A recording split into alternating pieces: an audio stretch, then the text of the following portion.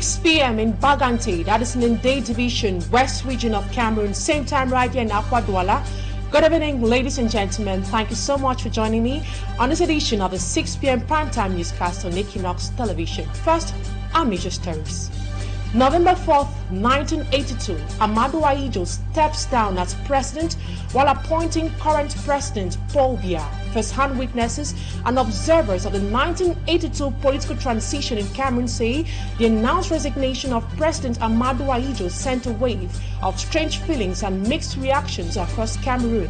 42 years after resignation, our newsroom went down memory lane, and we'll be telling you more about the reactions of civil Cameroonians and also how he was able to change the political or the socio-political landscape of this nation. That is our major story. Stay with us for details and more.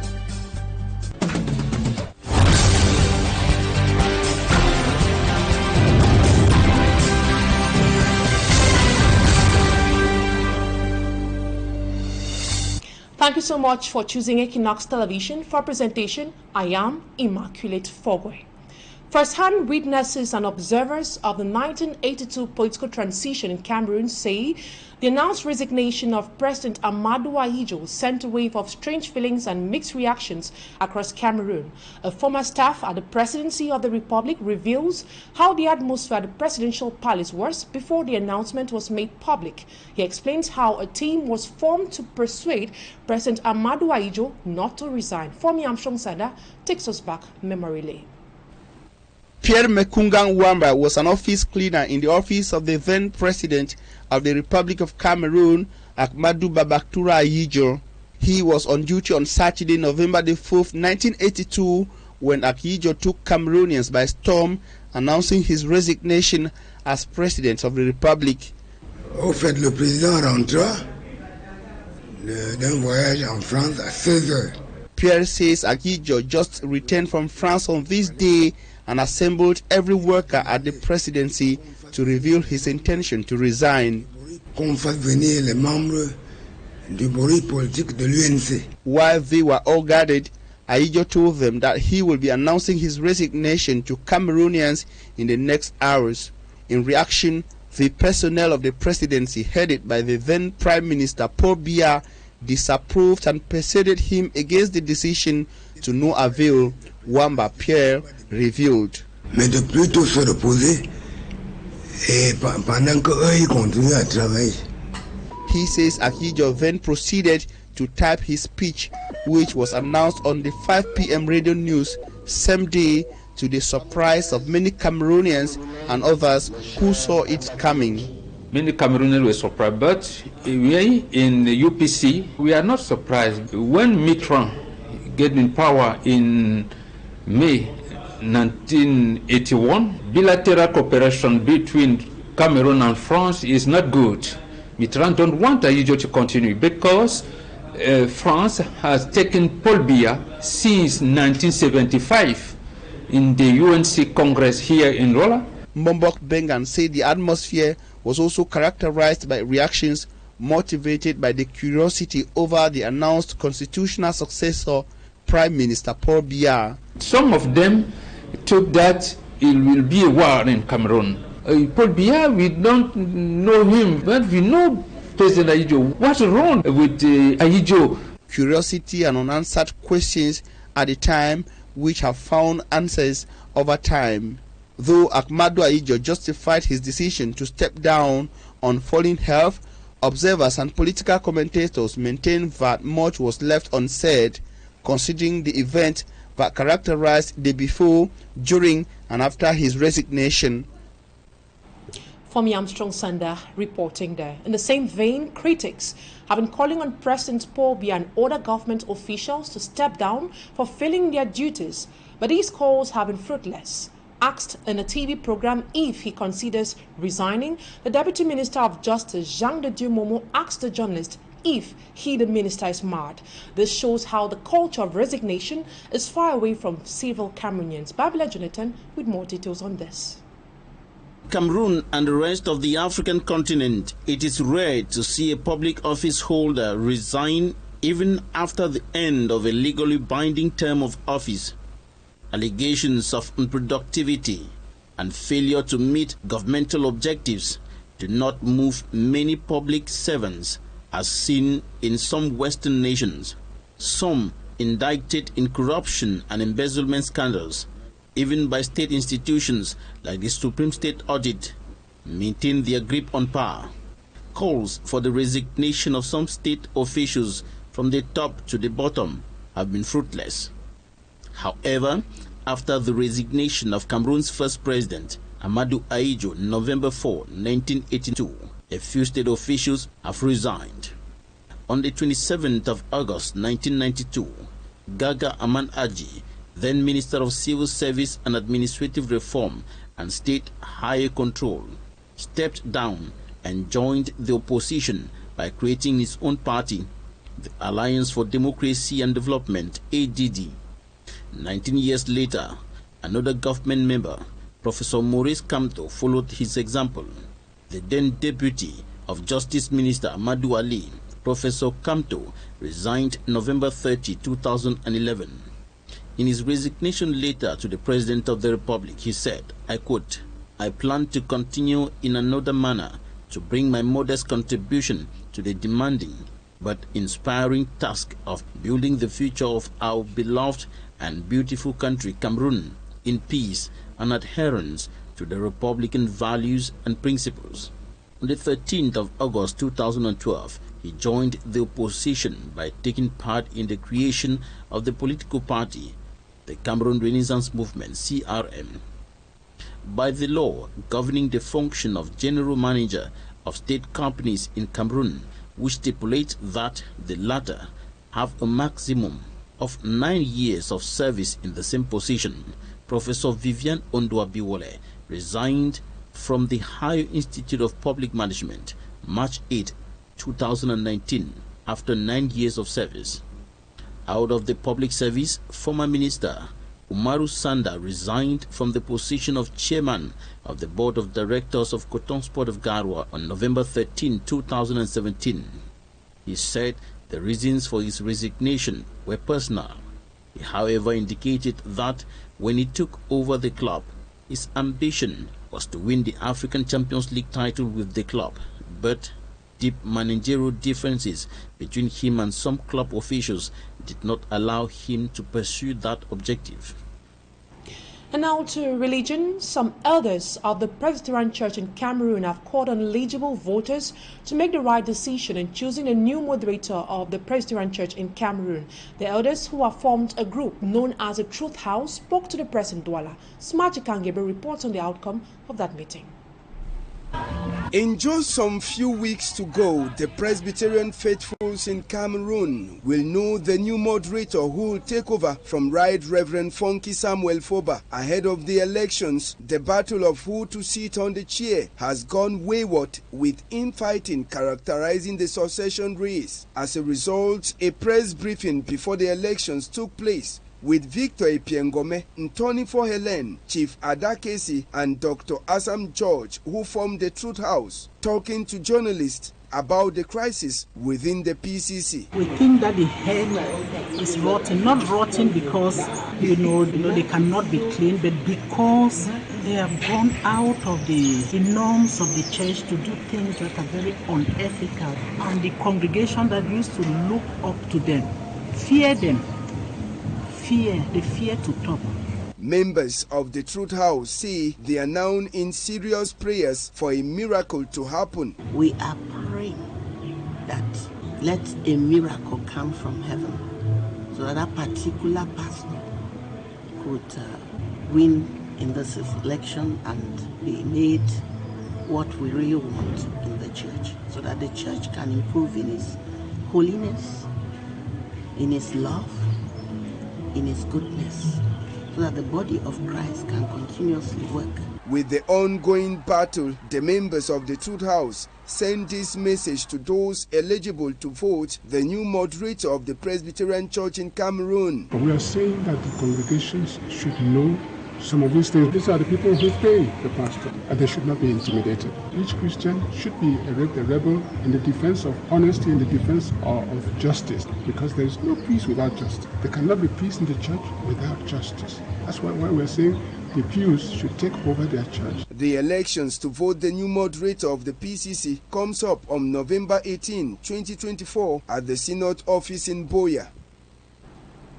In news out of the country, we take you to Uganda, where at least 14 people, including children, have lost their lives due to lightning strike at a refugee camp in the northern part of the country. Elsewhere, Chad's President Idris Deby has issued strong warnings, saying they might release or might leave the multinational joint task force as a result of continuous Boko Haram attack. And also we'll take you out of Africa, where Kemi Badenoch is the new leader of the Conservative Party of Britain. A run of these stories with our reporter, Ese Lucilengo. At least 13 children were among the 14 people killed when lightning struck the metal roof of a makeshift church in a Ugandan refugee camp. According to police, the deadly incident happened in Palebek settlement camp in northern Uganda, which primarily houses refugees from South Sudan. Aside 14 people who lost their lives, 34 others were injured. Elsewhere, Chad's President Mahamat Idris Deby Itno threatens to withdraw from the multinational joint task force, which includes troops from Nigeria, Niger, Cameroon, Benin, and Chad. According to a statement from Chadian presidency, Jamina has expressed concerns over lack of coordinated efforts within a force that appears to be falling. On October 27, 2024, an attack by a faction of Boko Haram on a military base resulted to at least 40 fatalities among Chadian soldiers in the Lake Chad region. The multinational joint task force for the fight against banditry in the Lake Chad basin and across border insecurity was established in 1994 to combat the jihadist group Boko Haram. 53,806 votes. And on Saturday, the Conservative Party of Britain elected Kemi Badenoch in an effort to recover from a significant election defeat in July that ended its 14 years in power. Badenoch triumphed over her rival Robert Jenrick in a vote among nearly 100,000 party members, making her the first black woman to lead a major political party in the UK. It is about the people we need to bring into the Conservative Party. It is about what the Conservative Party needs to be over the next 5, 10 and 20 years. As the seat Conservative leader in 9 years, she faces a challenge of unifying the party following years of internal conflict, scandal and economic challenges. Badenoch succeeds former Prime Minister Rishi Sunak. The 44-year-old former software engineer presents herself as a disruptor, advocating for low tax and free market economy. Aisha Lucilengo, ending this first part of the news. Talking Point is up next.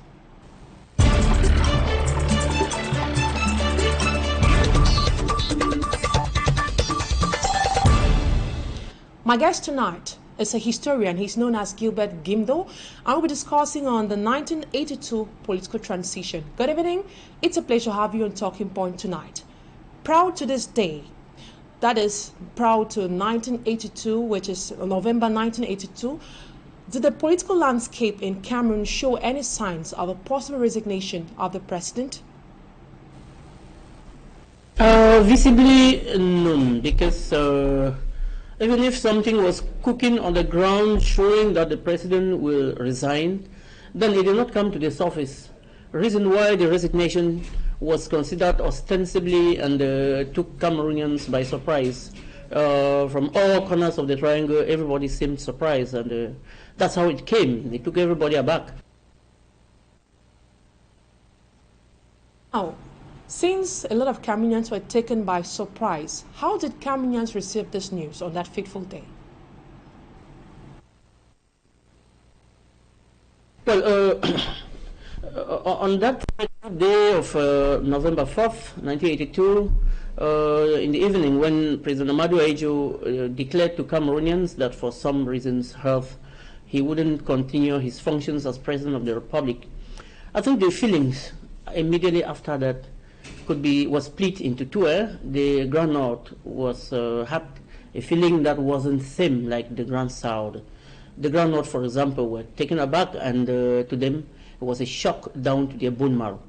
Contrary to that, the southern area, the Grand South, took that with a lot of euphoria. The atmosphere in the South was filled with euphoria, with enthusiasm and expectations, especially as that day came to them as a transition, a turnaround from a period dominated by Muslims from 1960 to 1982 to a period when a Christian Southerner took over the helm of the nation. So there was that expectation from all parts of the South. Everybody felt happy. Some even went emotionally beyond boundaries to talk about President Biya's handsomeness, and that they were happy because of his handsomeness. Some said a lot of things just to show, to show a lot of happiness in getting him to power. I think so. Now, Gilbert, you witnessed this day. Apart from the reactions of Cameroonians, how about the atmosphere in Cameroon on that day? Were streets deserted, or was everything going on well on that fateful day? On that very day, like I said, except something was grinding on the ground. On that very day, in the evening, Cameroonians expected the 7:30 news. They expected the newscast of the evening, only to be taken by the president announcing that he is leaving power. I think momentarily there was some calmness, there was some kind of interlude. Nobody had what to say again until that outburst of the South, characterized by euphoria, like I earlier said, and then the North continued to be mute, but then went back, retreated, and then started mobilizing what all Cameroonians saw in the preceding months and even the preceding years. And some observers think former President Amadou Ahidjo's decision to resign was not influenced by his health, but rather politically motivated. How true is this assertion? Madam, I would always like to limit myself when it comes to reasons for President Ahidjo's resignation. I always limit myself because I'm a historian, except other historians, seniors to me, and even colleagues, have maybe found out somewhere other reasons than what Ahidjo himself pronounced, other than what Ahidjo himself justified his resignation to in front of Cameroonians. What he said was he's resigning, his health is not permitting him to continue performing his functions adequately like before as the president of Cameroon. If there were some politically motivated reasons then, Ahidjo himself did not mention. And I would like to say that even when a fight occurred between himself and his constitutional successor, President Paul Biya, in the years ahead from late 1983 to 1984, when a coup d'etat was aborted, right up to the Biyanization of the nation, Ahidjo, who on July 23rd, 1983, went on exile in France, and from then till his death, divided his life between France and Senegal. He must have certainly told Cameroonians openly the real reasons for his resignation, because, you know, when he resigned, the country was like divided into two pools: those who wanted him back, the Muslims who wanted him back, and the Grand South who wanted President Paul Biya to continue. I think that Ahidjo must have told Cameroonians after his resignation, when he was in exile, he was free enough to talk freely to Cameroonians what actually happened. And since that wasn't done, I do not always want to go beyond what I am aware of concerning the reasons for the resignation of Ahidjo. He himself, maybe he had the desire to come back later, because after resigning, he still maintained himself as the chairperson of the ruling CNU. So if there were any political motivations, then they were within him, because holding back the party chair, the ruling party chair, meant certainly that maybe something was still cooking in his mind. It was a way of preparing to come back when his health improves, or something else. But until then, I remain on what he told Cameroonians. Now, in line with your response, it's quite clear that after his resignation, former President Amadou Ahidjo refused to let go of his Cameroon National Union Party, CNU, which he was a chairman at that time. Can we consider such a decision as a sign of regret or a desire to come back to power?